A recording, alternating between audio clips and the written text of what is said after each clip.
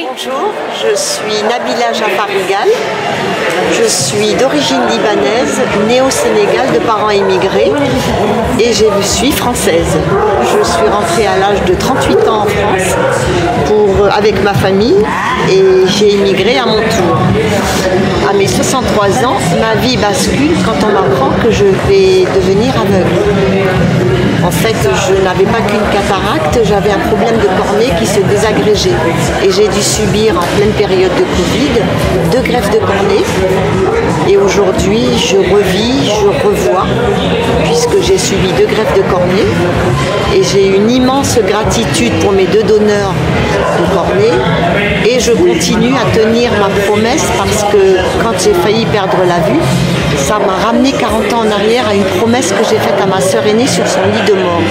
Je lui avais juré, elle est décédée à l'âge de 25 ans, et je lui avais juré qu'elle continuerait à voir le monde à travers mes yeux, d'où le titre de mon livre « Tu verras le monde à travers mes yeux ». Donc j'ai voulu, à travers mon livre, raconter mon histoire, partager cette expérience avec mon public, partager cette expérience avec mes enfants, mes petits-enfants, et surtout donner de l'amour et de l'espoir, parce que tant qu'on a de la vie, il y a toujours de l'espoir, et voilà, il faut savoir se relever, se battre. Et aujourd'hui, j'ai une immense gratitude pour mes 2 donneurs, parce que grâce à eux, je revois le monde, je revis, et je dis merci à la vie, merci à la vue. Comment avez-vous commencé à écrire? Alors, le déclic a été justement le fait d'avoir peur de perdre la vue.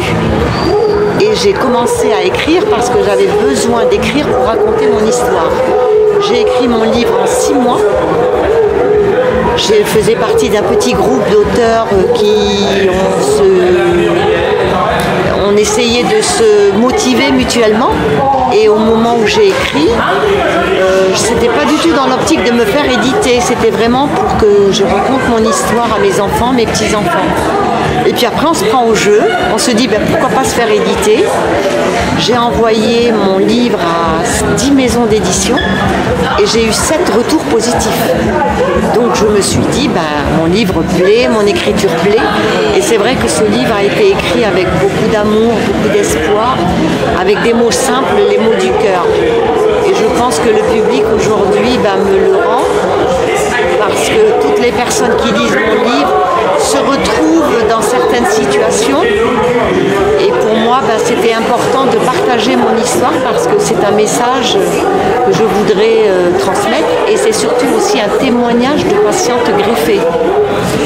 Parce que peu de personnes témoignent. J'ai été invitée à une conférence à Paris où j'ai témoigné devant 200 médecins chercheurs parce qu'ils avaient besoin justement d'un témoignage de patientes greffées, et ça m'a permis de mettre des mots sur mes mots et surtout de donner de l'espoir à ceux qui n'osent pas aller de l'avant, à ceux qui n'osent pas se faire opérer. Donc il faut faire confiance à la médecine. Est-ce que vous pouvez lire un petit paragraphe, s'il vous plaît? Oui. Je sortais peu à peu de ce sommeil bizarre, de cette léthargie. J'étais allongée sur la table d'opération, dans mon beau pyjama un peu rêche, gris de l'hôpital, charlotte bleue sur la tête, coque sur l'œil opéré.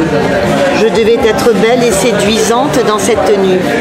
Mais peu importe, je venais d'effectuer un voyage vers la lumière. J'avais reçu en cadeau une autre cornée, un nouvel œil pour voir la vie, l'univers, au travers des yeux d'un autre, et cela était le plus merveilleux des cadeaux. Immense gratitude, la greffe de cornée avait réussi, un rêve devenu réalité.